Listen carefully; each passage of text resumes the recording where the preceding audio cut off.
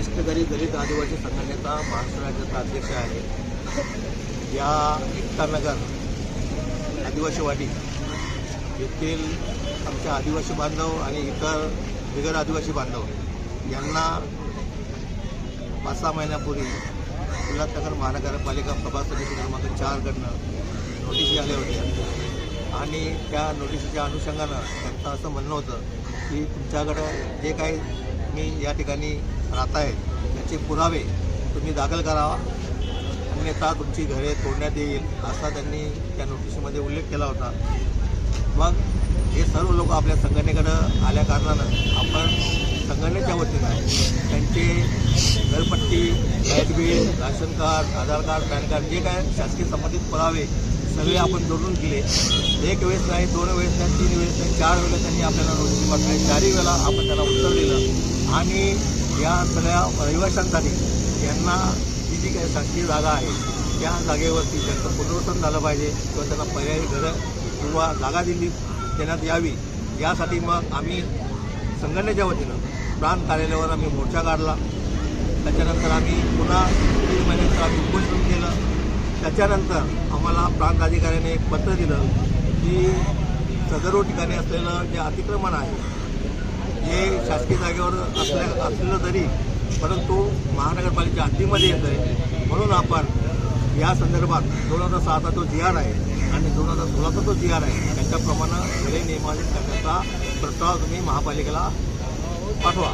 त्याप्रमाणे आम्ही संघटनेच्या वतीनं घरे आमची नियमावली करण्यात यावी, जी बाधित घरं झालेली आहेत त्यांनी ते नियमावली करण्यात यावी असं आम्ही पत्र दिलं। आणि मधल्या काळामध्ये काही लोकांमध्ये गैरसमज अफवा वगैरे पसरत होते, म्हणून आम्ही युवा न्यायालय कल्याण येथे उल्हासनगर महानगरपालिका आयुक्त, प्रभाग समिती 4, प्रांत, तहसीलदार यांच्या विरोधात आम्ही दावा दाखल केला आणि त्याची सुनावणी पुढील 2 मार्च 2026 रोजी आहे। न्यायालयीन प्रक्रिया चालू आहे।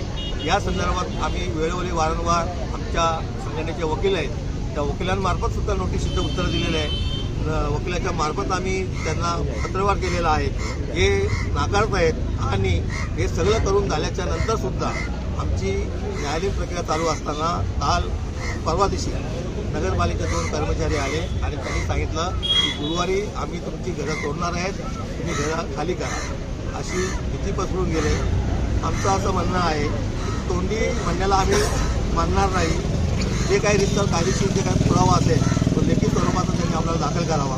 त्याप्रमाणे त्या संबंधित ठिकाणी आम्ही PCB असेल, शिवाजीनगर पोलीस असेल, हिललाईन पोलीस असेल, प्रांत अधिकारी असेल, त्यानंतर प्रभाग समिती 4ची जी सहाय्यक पालिका आयुक्त आहे ती मॅडम अलका पवार आहेत त्यांची भेट घेतली।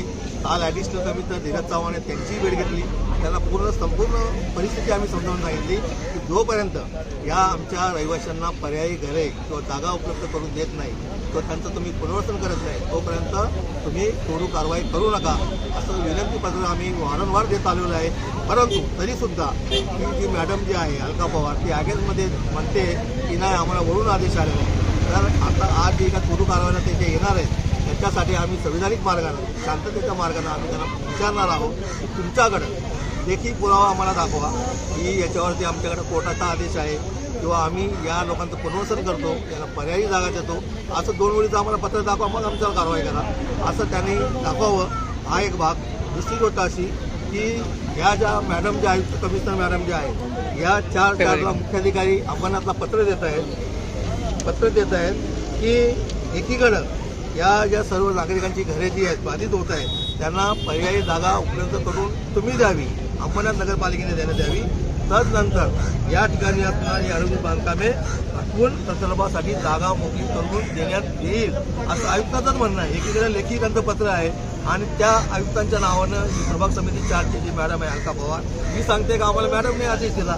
मग आता ते आल्यानंतर आम्ही त्यांना विचारणार आहे की जेव्हा तेव्हा स्वतः मॅडमच म्हणते कमिशनरचं लेखी पत्र आहे की जोपर्यंत तुम्ही पर्यायी त्याला जागा देत नाही तोपर्यंत ही अतिक्रमणे हटवून देण्यात येणार नाही असं तुम्ही म्हणता, मग हा आमच्यावर अन्याय नाही का? आता गेल्या 50-60 वर्षापर्यंत जी काही आमची लोक राहतात त्याच्यामध्ये आदिवासी आहेत, बिगर आदिवासी आहेत, ही जी सगळी वस्ती आहे त्यांच्याकडे गेल्या कित्येक वर्षापर्यंत पुरावा आहेत। असे अचानक येऊन तुम्ही घरे कसे तोडणार आणि आमचे लोक बेघर कसे करणार आणि हे लोक अचानक जाणार कुठं? त्याच्यानंतर रमजान मुस्लिम समाजाचा रमजान महिना सुद्धा चालू आहे. अशा काळामध्ये तोडू कारवाई करणं उचित नाही, हे कायद्याला धरून नाही. आणि न्यायालयीन प्रक्रिया चालू असताना सुद्धा तुम्ही आमच्यावर कारवाई कशी करता? हा अन्याय नाही का आमच्यावरील? याची विचारणा आम्ही करणार आहोत. शांततेच्या मार्गाने आम्ही सगळे लोक इथं जमा झाले. पोलीस स्टेशनचे पोलीस लोकांचे कर्मचारी आले किंवा मॅडम जरी आली त्यांना आम्ही प्रश्न विचारणार आहोत. एकीकडे तुम्हीच म्हणता की हे उत्तर आयुक्त मॅडमने दिलेले आहे लेखी स्वरूपात, आणि एकीकडे तुम्ही कारवाई करायला कसं येता?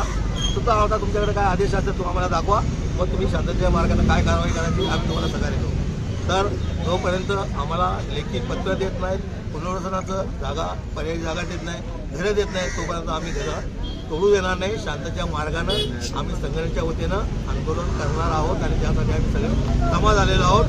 आणि जर त्यांच्याकडनं कारवाई झाली तर कोर्ट ऑफ कंडक्ट कारवाई त्यांच्यावर केली जाईल. आणि हे पत्र आता आम्ही जे कोणी जागेवर येतील त्यांना पत्र आम्ही दाखवणार आहोत.